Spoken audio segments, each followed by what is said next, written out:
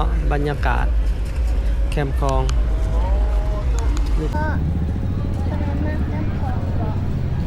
ออกไปแคมป์คลองโอ้คนร้ายเนาะ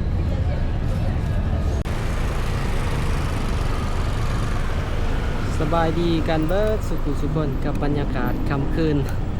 วันพุธเนาะมื้อนี้วันที่11เดือน3ทุกคนมื้อนี้ตอนนี้เฮาอยู่ที่ถนนดงปลาล้านทุกคนขวามือเฮานี่ก็เป็นตึกใหม่เนาะที่เขาจะเฮ็ดเป็นน่าจะเป็นศูนย์การค้า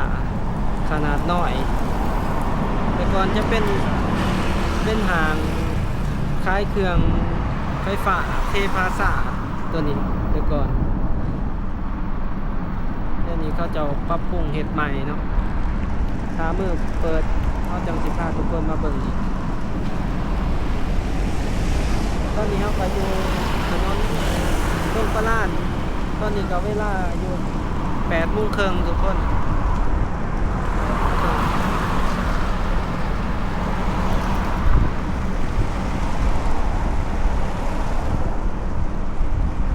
พาทุกคนรอเบิ่งรอส้มเรียงจันทร์ยามค่ำคืน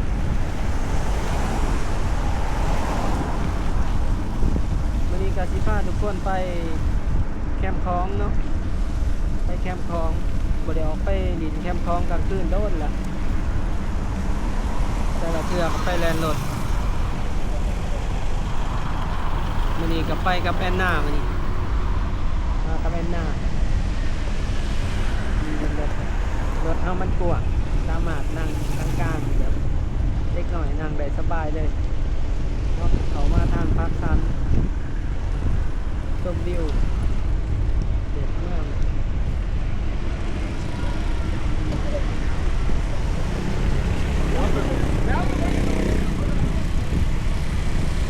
พาทุกคนไปรอ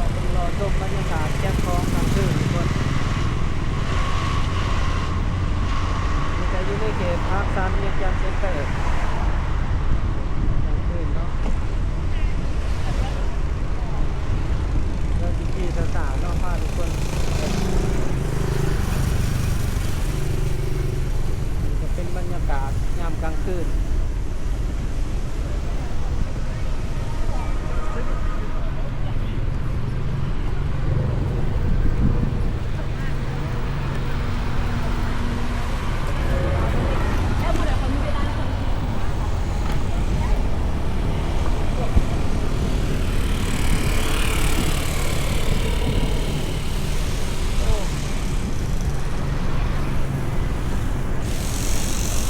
สายมืออาจจะแมนโซลูมท้ายรถรถ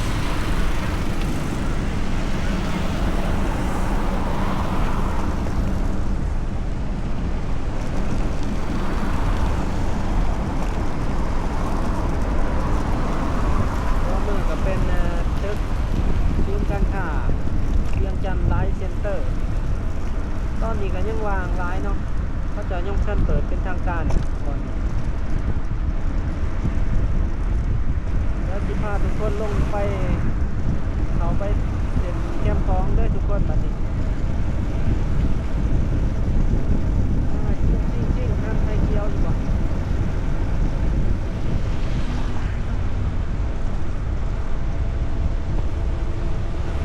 ก็มืดแต่มืดขนาด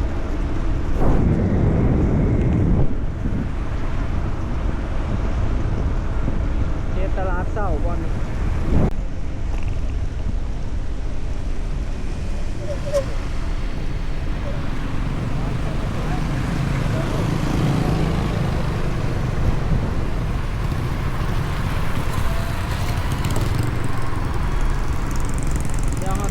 ไปเบิ่งอยู่บอลอันนั้นทุกคนทางเลี้ยวเขาไปบอลที่หอมเนาะจังสิเริ่มไทยทุกคนเบิ่ง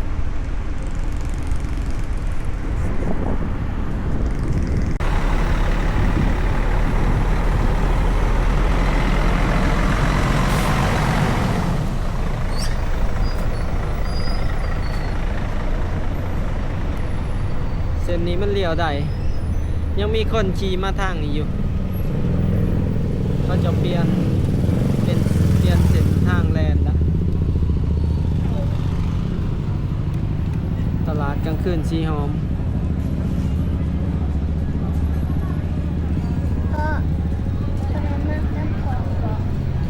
ออกไปแคมป์คลองโอ้คนร้ายเนาะ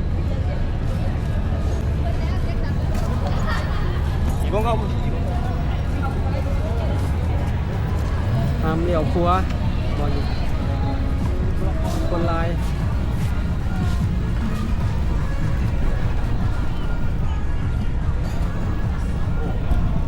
ห้ามจังหวัดอยู่นี่คนร้ายตลอด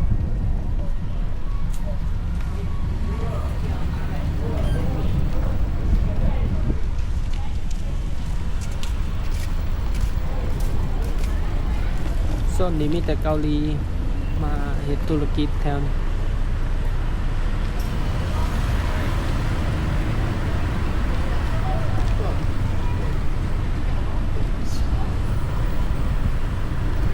เอาสิขี่ซื้อไปเลยผ่านวัดองค์ตื่นแต่ก่อนบ่สามารถขี่ไปแบบนี้ได้เลยเอาต้องขี่กลับมาทางนี้ขี่ซื้อ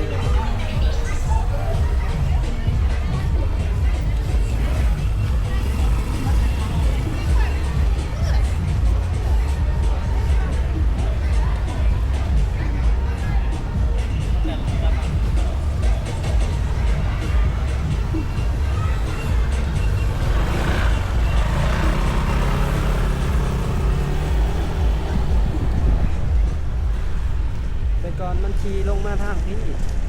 อันนี้ขี่ขึ้นไปทางพี่แต่ก่อนสามารถเลี้ยวขวาไปทางนั้นวันนี้เลี้ยวขวาบ่ได้เลี้ยวซ้ายหันมาทางที่ใดมาทาง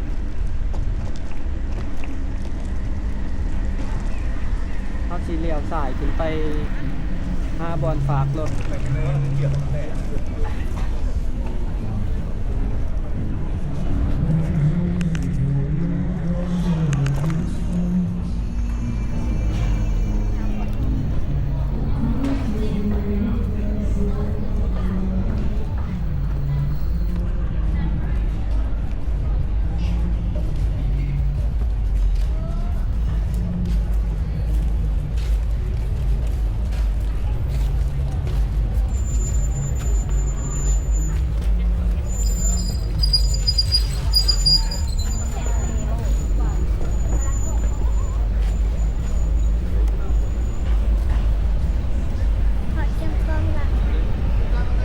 สามารถเลี้ยวซ้ายได้แต่ก่อนเขาบอกให้เลี้ยวซ้ายบน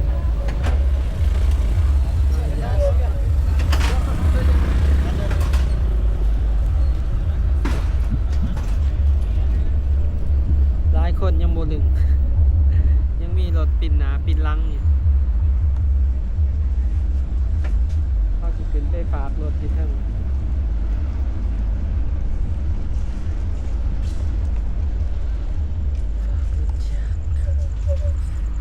เขาทางนี้ก็ได้ปะ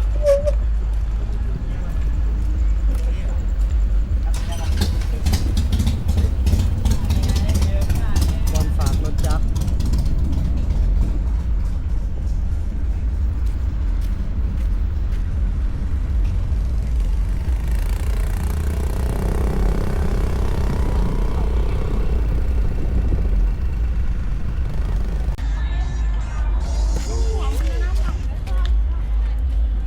สบายดีกันอีกเท่านึงทุกคน พาทุกคนมาย่างเลาะแคมป์คลองอ้อมันนี่บรรยากาศมันนี่อากาศค่อนข้างคือหนาวๆคนหลายแต่เงียบๆไว้บ่มีเสียงเพลงบอลนี่ตีไข่แซ่บรถค่ะย่างมาพีกันเนี่ยนะ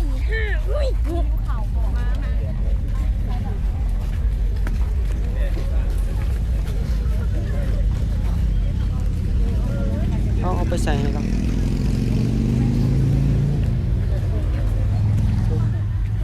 คุณ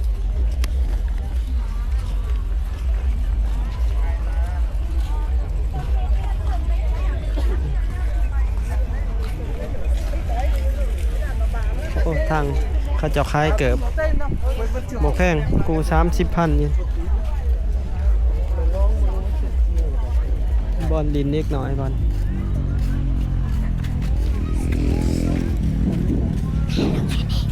เดี๋ยวพาทุกคนย่างออกมาเบิ่งเส้นทางนี่ที่เขาจะเปลี่ยนทางแลน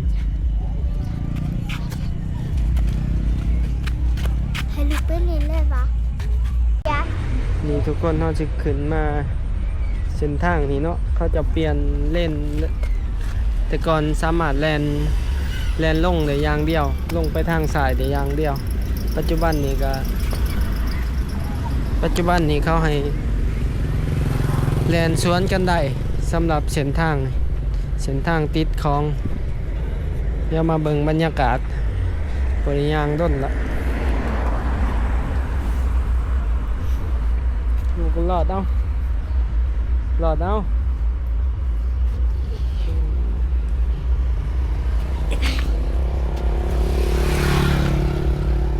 ี๋ยวยางมาเบิ่งบรรยากาศอันตรายกว่าเก่ารถแลนสวนกันได้คนก็บ่ค่อยย่างขามมาปานใด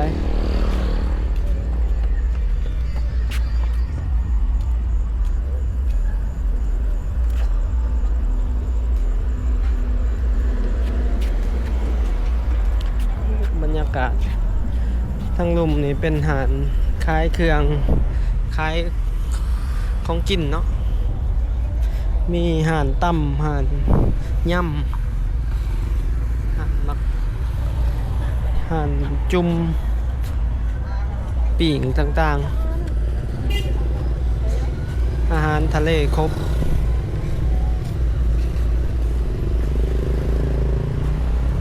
เดี๋ยวยังไปเบิ่งโซนของดิบ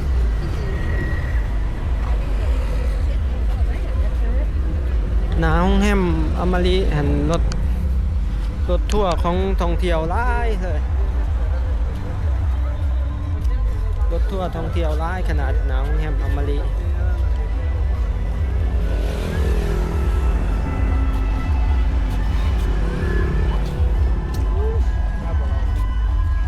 เป็นโซนเล็กน้อยลินนำคลองจะขึ้นมาถ่วมทุก2 ปีละ2 ปีสอนละถ้าเบิ่งปีนี้อีกเนาะเป็นจังใดรถตุกๆนี่สีสมนี่มาจอดรับผู้โดยสารอยู่นี่หลายนะ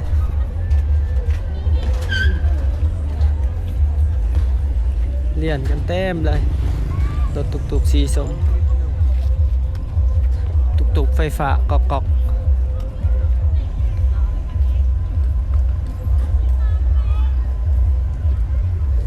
ไปลินต้นไหนมา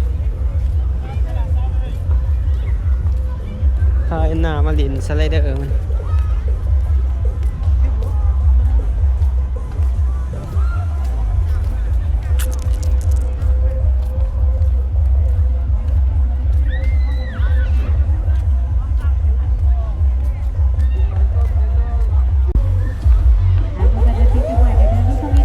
บรรยากาศโซนของลินแคมป์ของลิน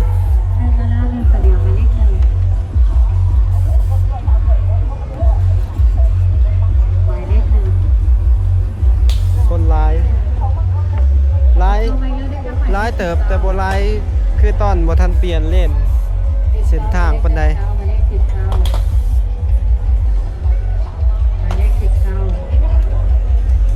ช่วงนี้เป็นคือมีบุญตลอดนะเป็นยางมาเบิ่งบรรยากาศ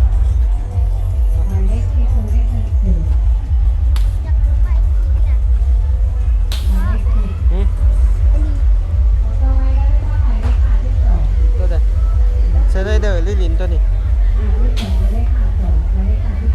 เท่าไรเล็กหน่อยลินคน35ลินตัวนี้บอกนี่ตั้งไว้นี่ก็ได้ตั้งยางเลาะแถวนี้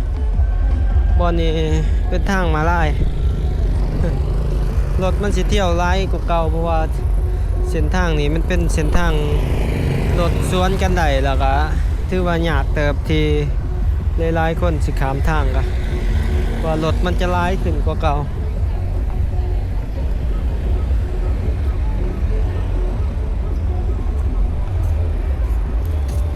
เดี๋ยวสิพาทุกคนย่างไปเบิ่ง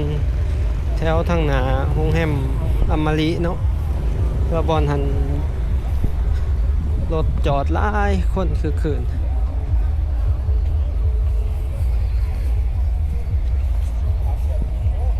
ย่ำแรงก็สิมีนักท่องเที่ยวแล้วก็วัยรุ่นเนาะมักสิมาซื้อเครื่องอยู่นี่สิเป็นเครื่องแบบ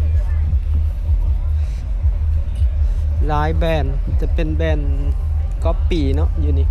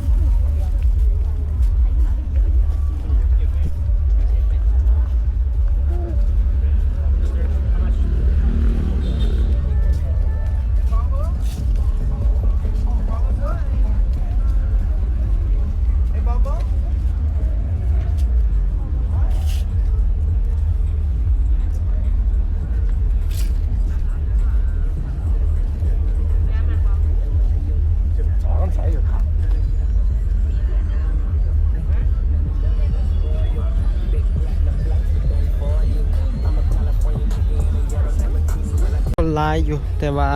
บรรยากาศรถเที่ยวนี่เป็นง่อยๆจังได้บ่ฮู้ในยกน้ำมันแพง น้ำมันเริ่มแพงขึ้นหลายเนาะตอนนี้น้ำมันอยู่ลาวกับเฮ็ดสั่งกับเพิ่มขึ้นมาลิตรละ 7,000 เลยแม่นบอก 9,000 นะทุกคนแต่ก่อนลิตร23ปัจจุบันนี้ลิตร 32,000เฮ็ดสั่งธรรมดาเนาะ32เฮ็ดสั่งพิเศษ38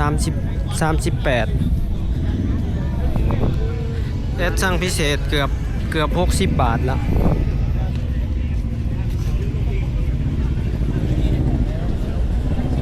นี่เป็นบรรยากาศหน้าโรงแรมอมริทุกคน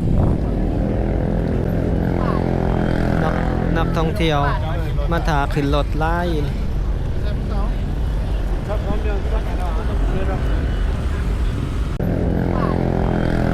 นักท่องเที่ยวมาถ่าขึ้นรถหลาย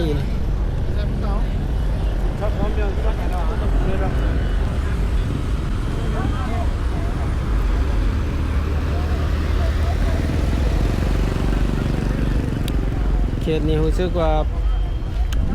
มีความเป็นเมืองขึ้นหลายทุกคนในเขต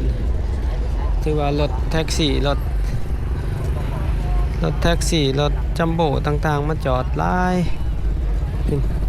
จอดเลี่ยนตั้งแต่ทางหน้าที่เราเห็นมีแต่แท็กซี่แล้วก็เป็นรถตุกๆไฟฟ้ากอกๆนี่เนาะจอดเลี่ยนหลายทางนั้นก็เป็นโรงแรมกำลังเปิดใหม่คาสตาโฮเทล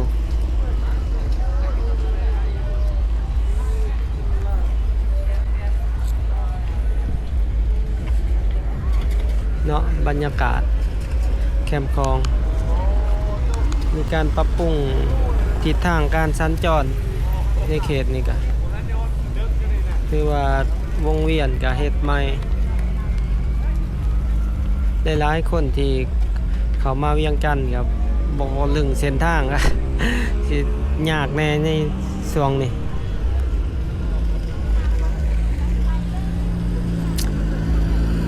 แต่ก่อนเส้นนี้มันจะเป็นขี่ขึ้นมาปัจจุบันนี่ขี่ลงไปพุ่นลงไปทางโรงแรมหลานสางเนาะเดี๋ยวเราสิออกเมื่อแล้วทุกคนพาทุกคนขี่ขึ้นไปใกล้เบิ่งบรรยากาศทางโรงแรมหลานสางโอ้หอมขนาด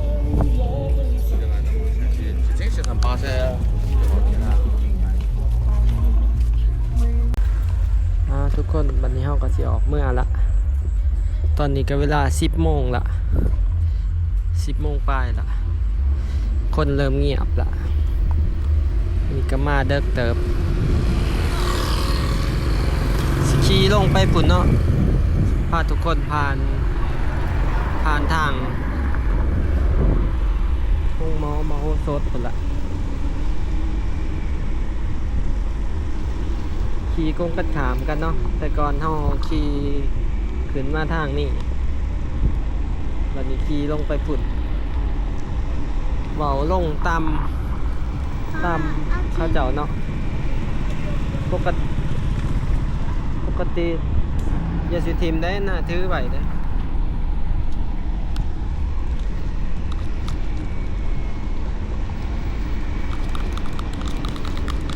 ห้องแฮมหลานสางเขาเจ้ากับหมอดไฟแน่ล่ะยังเปิดไฟน้อยหนึ่งขันมาช่วงเว้นนี่เขาเปิดไฟทางหนาครบเลยเด็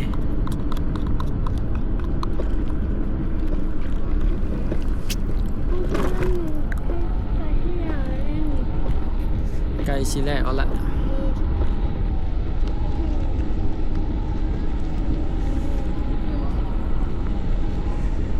ทุกคนเลยสำหรับในคลิปนี้ก็สิประมาณนี้เด้อก็วนเวียนกันอยู่ในเมืองแหละทุกคนถ่ายตอนเสาร์แล้วก็ตอนเว้นตอนกลางคืนอยู่นี่แหละสลับซับเปลี่ยนกัน ก็ประมาณนี้ทุกคนถ้าผู้ใดมักอยากสนับสนุนกันก็อย่าลืมกดไลค์กดแชร์กด Subscribe เพื่อเป็นกำลังใจกันเด้อทุกคนและตอนนี้บ่แม่นไส้ก็ต้องขอกล่าวคำว่าขอบใจและก็สบายดีบาย